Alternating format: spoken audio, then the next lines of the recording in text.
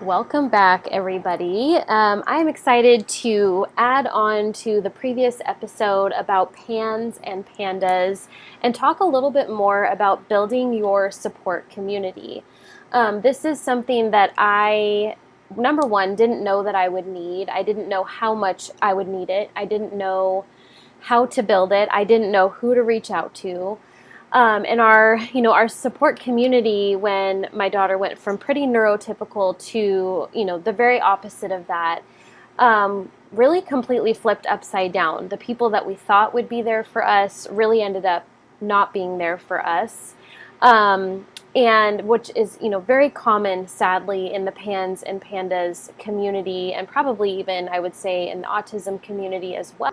What I hear over and over and over again is that family tends to step aside, meaning anybody other than the immediate family, grandparents, aunts, uncles.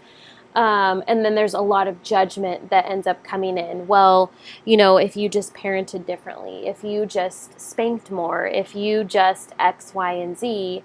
And there's very little listening that's happening. There's very little compassion that's happening in that place as well. And as a parent, I can feel, when I close my eyes and I think back about that initial season, I really was in disbelief because, number one, I'm trying to grapple with the fact that we have this new diagnosis. I'm trying to wrestle, I am wrestling. I'm not trying to wrestle. I am wrestling with my own faith. I am, really having to work out some very difficult questions with God. And what we needed in that moment was rallying. We didn't need questions. We didn't need accusations. We didn't need judgment. What we needed was for people to come and rally around us. And for us, that really didn't happen, at least not inside of our family, not side of our, our blood family. We did have that, happen pretty, slowly to start with in our friend community and our church community. But it was a slow building over time. And part of that was because I didn't know how long it would take for Alexis to get better. I didn't know, how long we're going to be kind of in the trenches here. And so you kind of have in your mind, this is an acute illness, an acute exacerbation of illness. And, that switch will eventually get flipped back to normal, quote unquote, at some point. But the reality is that we can't control how long it takes for a body to heal. And, what might take one child 2 years can take another child 4 or 5. And we really can't rush that process. And so for me, part of my delay in reaching out and building that community was I didn't know how long we were going to be stuck in this place. And I didn't really know how to reach out for help because there is kind of this expectation, or at least I had the expectation that family would kind of step into that place. And, that then we wouldn't be a quote unquote burden to our friends and our community. But when we didn't receive that from family for various reasons, I began to slowly kind of burn out. I got very tired. I got very emotional. I got very at the end of my wick, so to say. And if I knew then what I know now, I would have started immediately building a support team for my family, because then we would not have gotten to the place where all of us were burnt out and traumatized by this experience, because the reality was that each of us experienced Alexis's illness very differently. And had our own traumas to process through that with, to where, it was very difficult for, my husband and I to be a support to each other at the same time, etc. We really did need other people involved in that process. So I would say it probably wasn't until about 2 years in to the process that, at that point I was in counseling for myself, just to really work through the grief of what we had experienced, which was really, the death of who our child was and who she is now. And you have to go through that process in order to show up and parent the child that you now have. There's no way to skip that grief process. And it was very painful because it was like having 2 feet, 1 foot in 2 worlds. 1 foot is in the mom I used to get to be for Alexis, and another foot is parenting this child who essentially has a brain injury, an infectious brain injury, and I have to parent her very differently. And so, walking through that grief process was really essential, but then it became even more essential for me to start including and bringing other people that were involved in our world into that process so that I could break out of the isolation. And I would say one of the most devastating impacts of having a child with chronic illness is the isolation and the hopelessness that sinks in and the desperation that sinks in. And like I said, and I will tackle the spiritual aspect of this in a different episode, but right now I'm talking more about the emotional community aspect of this, because it kind of lays the foundation for how to address, both needs, the spiritual and the physical. So there was a very real need to be connected to community that I had lost, that each of us had lost. My husband had lost that. I lost that. My children lost that to some degree. And I finally just said, I have to get over my own discomfort here of being too much for people. That was a really big fear that I had, that our needs would be too much. And because we will not make it through this in a healthy way if we don't have community. And so what I did, I told one of my friends that I was going to be accountable to this, and I said, okay, I'm going to create a group thread, and I'm going to invite people into that place. And what I did was, instead of, placing a demand, I basically just said, this is what we need, and this is what we're looking for. We're looking for a group of people who can step in and pray, who can just know that there are certain needs that are going to happen during a flare, and step into that place. Now, if that's not you and this is not your season, that is okay. I will still love you and respect you and value you as a friend. But for those of you that want to be in that place and be that support system, I'm inviting you into that place of vulnerability. And it was very, very uncomfortable for me.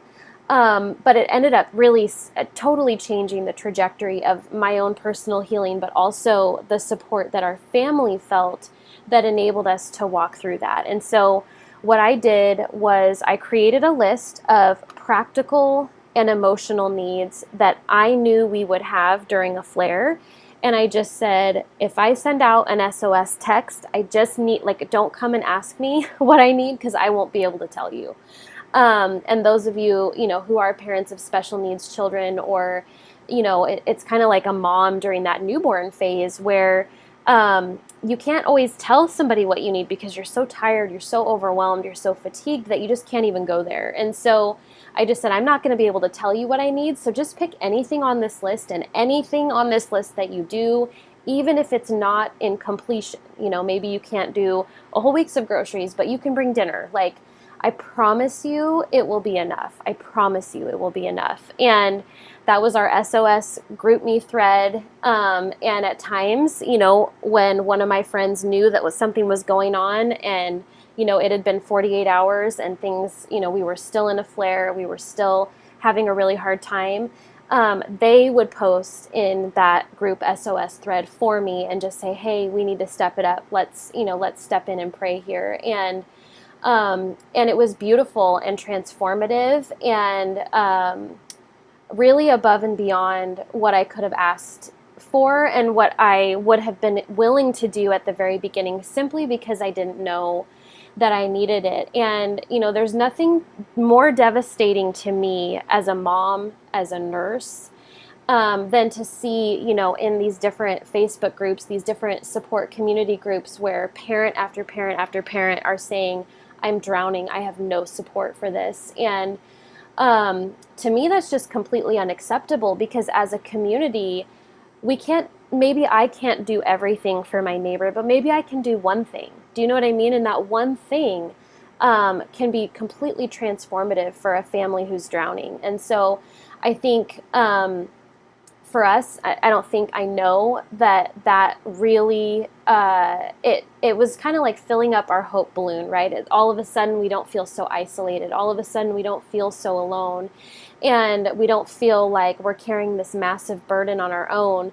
We have somebody else who's shouldering it with us, and not just standing in a place of, I've got you, I love you, I'm praying for you, but actually physically being the hands and feet of Jesus, in our moment of, in our moment of need and our moments of need. And while I tend to use that SOS group much less frequently, it still does happen. And I am still so incredibly grateful for the support that we have. And so if you're listening to this and you are a parent of a special needs child, you are a parent of a child with PANS and PANDAS, or they have behavioral health needs, don't neglect your need for community.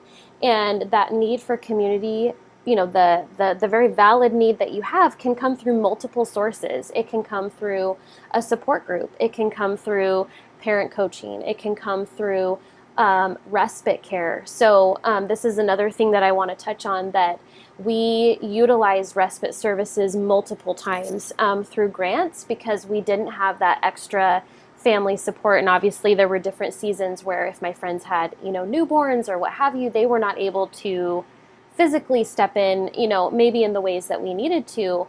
That was absolutely life-changing for our family, to be able to give me a break so that my children could be well taken care of. My oldest, who has PANS and PANDAS, was well taken care of, but I got a much needed break. So there are many, many, many resources out there, and sometimes we have to think a little bit outside the box, get out of our comfort zone, in the sense of, maybe it isn't family and friends that can step in for you, but maybe there is somebody in the community. I know that there were times where I needed a trusted babysitter to be able to come in, but maybe that what was available to me was like a mommy's helper, so somebody who was a lot younger, and who was not equipped to handle the PANS and PANDAS behavior. And with that, what I ended up doing, because I'm like, I know that I need the help, I know that I still need childcare, and I know that this person isn't really trained to be the helper, the babysitter that my oldest child needs right now. But what I can do is utilize them in the home for other things. So I would have them come over and do laundry, or do the dishes, or sort clothes, sort socks, pick up bedrooms, wipe down the toilets, things like that, that still took the load off, but maybe wasn't the exact need that I had.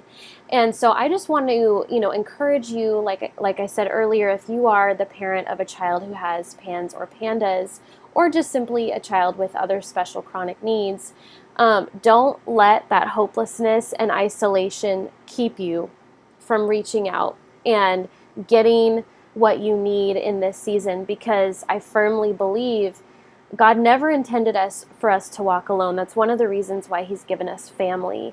But sometimes we don't have access to the family that we need. And so in that instance, that doesn't mean we slam the door completely to receiving support from our community. It means that we fling those doors open wide and throw out an invitation, throw that net out, so to speak, and see what jumps in.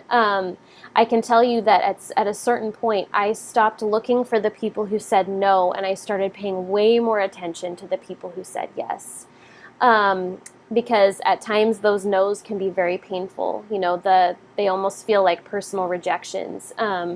In the sense of, if you ask a family member to come help you and they don't understand what's going on, or you feel like you have to justify your need, your need for somebody to come help you.